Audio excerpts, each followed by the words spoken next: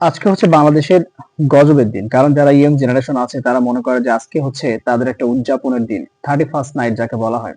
গ্রামে গঞ্জে এটা বেশি একটা উদযাপন করতে দেখা যায় না। কিন্তু শহরে এমন একটা অবস্থা, আতশবাজিতে পুরো ঢাকা শহর যেন শব্দে মুখরিত হয়ে যায়। এই শব্দের কারণে বাংলাদেশের অনেক শিশু আছে, অনেক পশু পাখি আছে, তারপর অনেক বৃদ্ধরা যারা আছে, অসুস্থ মানুষ আছে, তারা অনেক আহ কষ্টের সম্মুখীন হয়, তারা এটা সহ্য করতে পারে না। কিন্তু আসলে এই দিনটা, এই 31st নাইট আসলে কাদের জন্য? বাংলাদেশের ইয়ং জেনারেশন যে এটা পালন করে, এটা আসলে কাদের জন্য? কারা এটা পালন করবে? আমরা মুসলমান, আমাদের এটা জানা দরকার যে আজকের দিনটা কাদের উৎসব, কারা এই দিনটা উদযাপন করে, কারা এটা ইতিপূর্বে থেকে পালন করে আসছে। আসলে 31st নাইটটা হচ্ছে একটা খ্রিস্টানদের একটা উৎসব, যেটা তারা প্রতি বছরের শুরুতে তারা পালন করে থাকে। বাট এই রীতিটা বাংলাদেশেও চলে এসেছে। বাংলাদেশের ইয়ং জেনারেশন যারা রয়েছে তারা রাত 12টার দিকে আতশবাজি, বিভিন্ন ভোজ বিলাসী অনুষ্ঠান, সাংস্কৃতিক অনুষ্ঠান বা বিভিন্ন ধরনের নেশা জাতীয় দ্রব্য তারা কিন্তু আহ ভক্ষণ করে থাকেন এই দিনটাতে। কিন্তু এই দিনটা আমরা যদি অন্যভাবে ফিল আপ করি, যে আমরা তো মুসলিম, আমরা তো মুসলমান, কারণ একটা দিন, একটা রাত আমাদের জন্য অতিবাহিত হওয়া মানে কি আমাদের জন্য চিন্তার বিষয়। আমরা একটা দিন, একটা রাত অতিবাহিত করেছি, এই একটা রাত এবং দিনটা আমাদের লাইফ থেকে চলে গেছে। এই সময়টাতে আমরা কি কাজ করতে পেরেছি সেই চিন্তা আমাদের নাই। একটা বছর আমাদের কাছ থেকে চলে যাচ্ছে, এই একটা বছর চলে যাওয়ার কারণে আমরা কোন কাজগুলো করেছি, ভালো কাজ করেছি না খারাপ কাজ করেছি, এটার জন্য আল্লাহর কাছে ক্ষমা চাওয়া উচিত, আল্লাহর কাছে শুকরিয়া আদায় করা উচিত। সেইটা না করে আমরা কি করছি, এই দিনটাতে আমরা আতশবাজি, অনুষ্ঠান, সাংস্কৃতিক অনুষ্ঠান, বিভিন্ন ভোগ বিলাসী কইরা এটাকে উদযাপন করছি। কি হতভাগা! আসলে আমাদের বিবেক বুদ্ধি আমরা কাজে লাগাই না।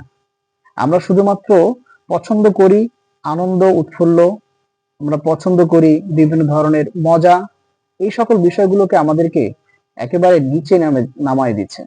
একটা বিষয় চিন্তা করেন, যেই উৎসবগুলো আমাদের ইসলামিক দৃষ্টিতে পালন করার কথা, সেই উৎসবগুলো আমরা আমাদের ইসলামিক শরীয়তে আমরা সেগুলো পালন করি না।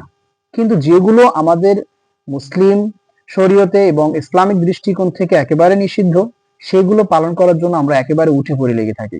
যেমন 31st নাইট, এটা হচ্ছে খ্রিস্টানদের একটা উৎসব, যেটা তারা বছরের শুরুতে তারা এটা উদযাপন করে থাকে। সেই দিনটা নিয়ে আমাদের কেন এত মাথা ব্যথা? আর সেই দিনটা উদযাপন করা নিয়ে পুরো বাংলাদেশের মানুষের যে কত কষ্ট হয়, পশু পাখির যে কত কষ্ট হয়, সেইটা তারা মনে আনতেও চায় না। তাদের লক্ষ্য একটাই, এই দিনটা তো উদযাপন করতেই হবে।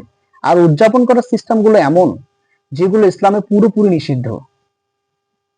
আমার বুঝে আসে না, তারা এগুলো নিয়ে কোনো চিন্তাও করে না। তারা মনে করে নতুন বছর শুরু করবে আনন্দ উৎফুল্ল দিয়ে। আরে ভাই, নতুন বছর শুরু করতে হয় আল্লাহর কাছে দোয়া করে, যেন যে বছরটা সে উদযাপন করতে চাচ্ছে, এই বছরটা যেন তার ভালো কাটে। তার উদযাপন হওয়ার কথা কি রকম?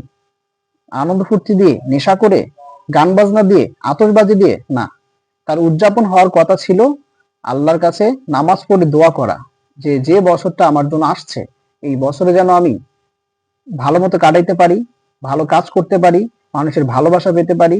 যদি এই বছরে মৃত্যু হয়ে যায়, তাহলে যেন আমি জান্নাত পাই। এরকম কিছু একটা দোয়া আল্লাহর কাছে তার করাটা দরকার ছিল। সে সেটা না কইরা সে ইসলাম বিরোধী যে কর্মকাণ্ডগুলো রয়েছে সেগুলো আজকে তারা করবে। আপনি দেখবেন 12টার সময় থেকে শুরু করে প্রায় 1টা, 2টা, 3টা পর্যন্ত আপনি ঢাকা শহরে ঘুমাইতে পারবেন না। এমন একটা অবস্থা যে 12টা বাজার সাথে সাথে আপনি চোখ কান বন্ধ হয়ে যাবে, এত শব্দ, বিকট শব্দ, আতশবাজির শব্দ, বক্স বাজবে, গান বাজবে, নাচ গান হবে, নেশা করবে মানুষ। এতটা নির্লজ্জ হতে পারে বাংলাদেশের মানুষ, যেটা ভাষায় প্রকাশ করা যায় না। যেই কাজগুলোতে মানুষের কষ্ট হয়, পশু পাখির কষ্ট হয়, ছোট ছোট বাচ্চা যারা প্রথম পৃথিবীতে আসছে তাদের যে কত কষ্ট হয়, তারা তো দিশেহারা হয়ে যায়। এত বিকট শব্দ যা আপনি কল্পনা করতে পারবেন না।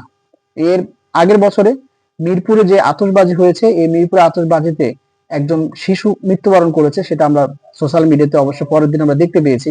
তাহলে এবার যে আতশবাজিগুলো হবে, কত শিশু যে এরকম হতাহতের কারণ হবে, কত পশু পাখির যে হতাহতের কারণ হবে, যেটা আপনি কল্পনা করতে পারবেন না। তা আমি আগে থেকে বলতে চাই, আমি সাবধান করে দিতে চাই, প্লিজ আপনারা কখনোই এই ধরনের কাজে লিপ্ত হবেন না, যেটা ইসলাম বিদ্বেষী, যেটা ইসলাম শরীয়তের বিধি নিষেধ আছে, এই সকল কাজ কখনোই করবেন না, যেন মানুষের কোনো কষ্ট না হয়, পশু পাখির যেন কোনো কষ্ট না হয়, ছোট বাচ্চারা যারা আছে, যারা অসুস্থ রোগী বৃদ্ধ যারা রয়েছে তাদের জন্য কোনো কষ্ট না হয়, এরকম কোনো কাজে আপনারা লিপ্ত হবেন না। ইতিপূর্বেই যারা আছে তারা কিন্তু অলরেডি প্রিপারেশন নিয়ে ফেলেছে যে 12টার দিকে তারা কি কি করবে। এগুলো কাজ কখনোই করা যাবে না। এগুলো করলে মানুষের কষ্ট হয়, পশু পাখির কষ্ট হয়, অনেক প্রবলেম শিকার হতে হয়। That's it. যেটা ইসলাম থেকে নিষিদ্ধ করা সেইটা আপনি কেন করবেন? আপনি তো একজন মুসলিম। খ্রিস্টানদের উদযাপন আপনি কেন পালন করবেন? আপনাদের বাংলা বছর নববর্ষ যেগুলো আছে সেগুলো আপনি সেভাবে সিস্টেম মাফিক আপনি পালন করেন। আপনি পশ্চিমাদের উৎসব নিয়ে মেতে আছেন। এগুলো ঠিক না, এগুলো বিবেচনা করা দরকার।